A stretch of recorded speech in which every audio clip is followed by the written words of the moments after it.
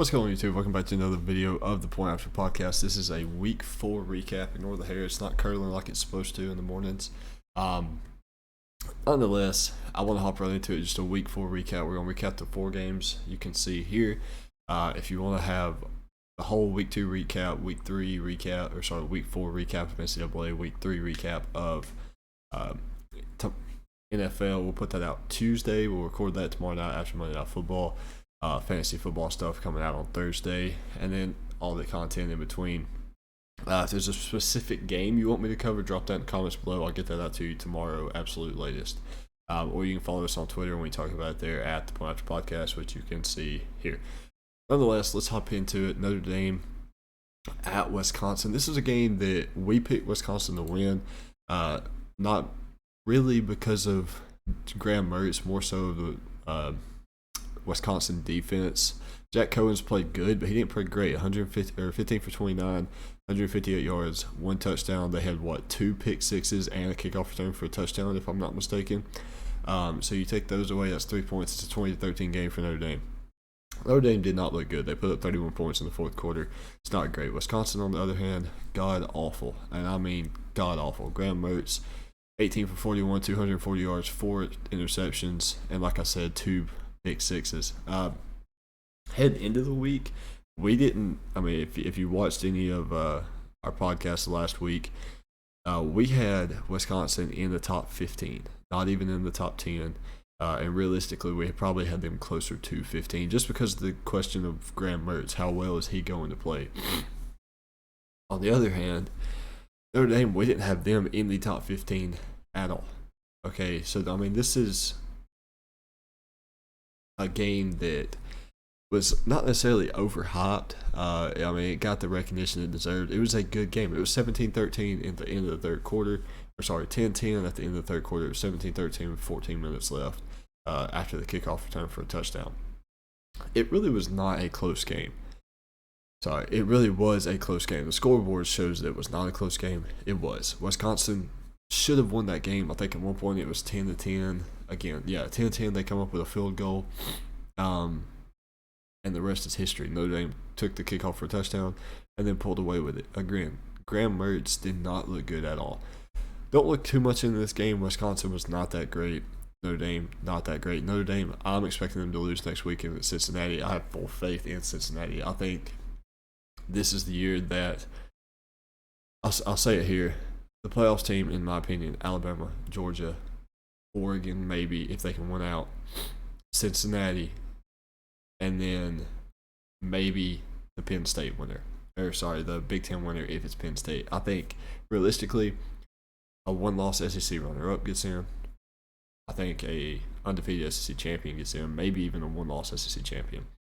Big Ten champion, Pac-10 champion, and Cincinnati. Cincinnati's going to beat Notre Dame this week. Notre Dame's going to go up. Notre Dame's probably going to finish around 7 or 8 in the AP poll after this week. But a large part, I don't have an ACC team making it. I don't have a Big 12 team making it. And most of that is because of Oklahoma. Oklahoma should not have beat Nebraska last week. But let's be honest here, it's Nebraska. Nebraska hasn't looked great all year. They're on the up and up.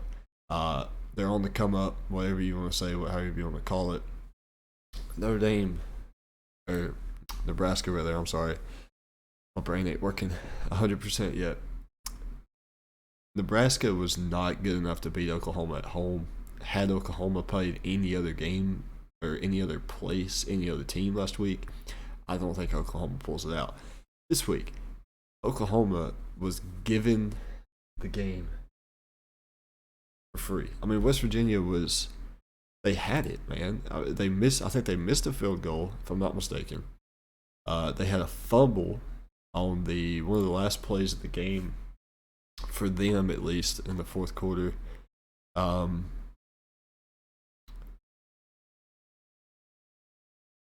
see here. I'll try to find it just so I don't mess it up. Yeah. 2nd and 12 at the 33. You're in field goal range. Kick a field goal. Take the lead. 5 minutes left in the game. Fumbled snap. You lose 21 yards. So, Oklahoma, again, just given this game last week, they only beat Nebraska by 7. They beat Tulane by 5. Oklahoma has 4 games left that they could easily lose. Kansas State this week on the road. Texas, because Texas is a completely different quarterback team with Casey Thompson at quarterback. Baylor, who's got one of the best offenses in the country, just beat Iowa State. And then Iowa State's going to get it clicking at some point. It's just unfortunate for them they haven't got it clicking yet. 313 yards to 226. Remember, West Virginia had one of the best defenses in Big 12 last year. I think the best defense. Time of possession, West Virginia dominated. First downs was 18-19. Turnovers was 1-1. Spencer Rattler was booed by his own student section. I don't know if they got that from Auburn booing Bo Nix, but Spencer Rattler was booed and tried to be replaced by his student section. I said it all last year. I said it in the preseason this year. I don't think Spencer Rattler's that good. He has not shown me in his career that he can take care of the football. Pull up his stats really quick for his career, not just this year. He's got 9 interceptions in I don't know how many games. I don't know how many they played last year, and they've only got 4 this year.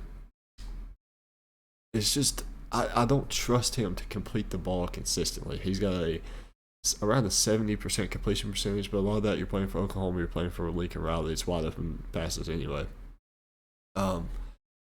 But on the flip side of that, like I was saying, Oklahoma has no business being undefeated. They have no business being in the top 5. I think Oklahoma drops. Honestly, 2 rough performances in a row. I don't think West Virginia or Oklahoma is top 10 worthy. I had them at 7 this past week. I think they should, in the AP poll, they'll slide back to 7. In my poll, they're dropping down to about 10 or so. Matthew would probably agree with me on that, the TPA poll. But, I mean, there's just Oklahoma way overhyped. And then the next team that's way overhyped, Clemson. Finally loses to an ACC opponent. I think NC State beat them a couple years ago, which is good. They should have.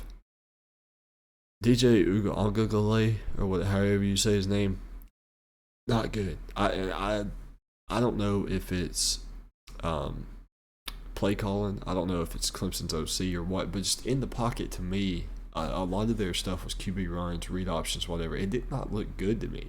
It looked choppy. It did not look like DJ wanted to take off and go. It looked like the offensive line had no domination, I guess, in the trenches. I didn't see anything that said, all right, Clemson can move the ball on NC State consistently. Did they hit some big plays? Yeah, I mean, Justin Ross had a 32-yard touchdown. They had a couple drives that found him in the end zone. A couple got 5-yard touchdown run, 9-yard touchdown pass to Justin Thompson, and that was in overtime. So, I mean, Clemson put up 214 total yards of offense, scored 21 points, lost by 6 to NC State. Now, a lot of people were shocked by this by NC State. I'm not, personally. I said a couple weeks ago, Devin Leary is that dude. There's a lot of good ACC quarterbacks. I've been harping on them all season long, all preseason. Devin Leary is a great quarterback. The only reason Clemson was 10-point favorites, the only reason NC State this wasn't a 4-point game after last week's performance against Georgia Tech, which I want to get to that game. I think I'll save that for the podcast tomorrow or Monday. NC State, the way they performed against Mississippi State, lost 24-10 on the road. That was a game that NC State had to win to gain some respect. They couldn't do it. They lost by 14 on the road. They were 2-point favorites going into that game. I took them. Whatever. So right now the ACC is looking like Wake Forest conference. I mean, Wake Forest has a pretty decent schedule left. They have Louisville, Syracuse, Army, Duke, North Carolina, who does not look good, NC State, Clemson on the road, and then Boston College. The Boston College is going to be a tough game. Louisville, they should win that one. That's going to be a ground game. Very low scoring, in my opinion, probably 30, 20-something, about 50-something. And then North Carolina, if North Carolina don't get it going, then there's no way they win that one either. But, again, kind of keeping these kind of short. All these are going to be talked about on our podcast on Tuesday, so be sure to hit that subscribe button. And then, finally, we'll wrap it up with Arkansas at Texas A&M. Arkansas goes on the road. It was more of a home game for Texas A&M than it was for anybody. They go up 17-0. allow 10 second half points, allow 7 second half points. They only scored 3. Again, that was just a really good SEC football game. 30 points scored. Arkansas put up 443 yards of offense. KJ Jefferson only threw the ball 15 times. Traylon Smith, 17 carries, 82 touchdowns. Traylon Burks, 6 receptions, 167 yards, 1 touchdown. So Traylon Burks had 6 receptions to KJ Jefferson's 7 completions. I mean, I don't know if it's a favorite target or what, but this is an Arkansas football team that has a lot going for them. It's an Arkansas football team that could probably win 2 out of the next 3 games. They play Georgia on the road. I don't think they win that one. I think they can beat Ole Miss strictly because Ole Miss is going to be coming off that potential loss to Alabama. We'll get to that on Tuesday. Trust me, you do not want to miss that segment. And then at home against Auburn, I think they win that one. So for a team that had the toughest schedule in college football, they could very well finish 10-2, 9-3 with ease. They still have to play Alabama, and then this 3-game skid that they have, but they should beat UAPB, Mississippi State, LSU, and Missouri. So they'll finish with at least 8 wins, in my opinion. Texas A&M, on the other hand, they were ranked number 7 in 8 people. In our poll, I had them at 10. I think Matthew had them around 8, somewhere in there. So again, Texas A&M, we were not buying the hype. A lot of these teams are getting overrated because of who they are, because of the success they've had in the recent years, because of who their coach is, because of the success they had last year. Last year ain't this year. This is a completely different year. The only team that's translating from last year is Alabama, Georgia, Cincinnati, and that's really it. There's Coastal Carolina, I mean, obviously, but other than that, BYU somehow, I don't know how they're doing that with Zach Wilson going, but they were really, really impressing me and Matthew here at TPA. That's it. Stop taking recency bias into account. This is a brand new football year. 2021 was unreal. There's been 20-something, 25-something top 25 upsets this year by either non-ranked opponents or just lower-ranked top 25 opponents. Like, if we're only at week 4, guys. We're only at week 4. This is only going to get even crazier. So drop a subscribe, hit that like button, follow us on all social media because it's only going to get crazier. It's only going to get more insane. College football playoff talk is going to be incredible to talk about. It's going to be exciting. Like I said, on Tuesday comes out the Watch Podcast, episode 15. We talk about all these games a little bit more. We talk about North Carolina, Georgia Tech, games like that I didn't get to. Michigan State, Nebraska that went into overtime. I think Cal and Washington went into overtime. So we'll touch on all those games. We'll give Week 3 NFL recap. We'll give Week 5 predictions. Like I said, Ole Miss, Alabama. May have something cooking for you. But thank you guys for tuning in. Enjoy your Sunday.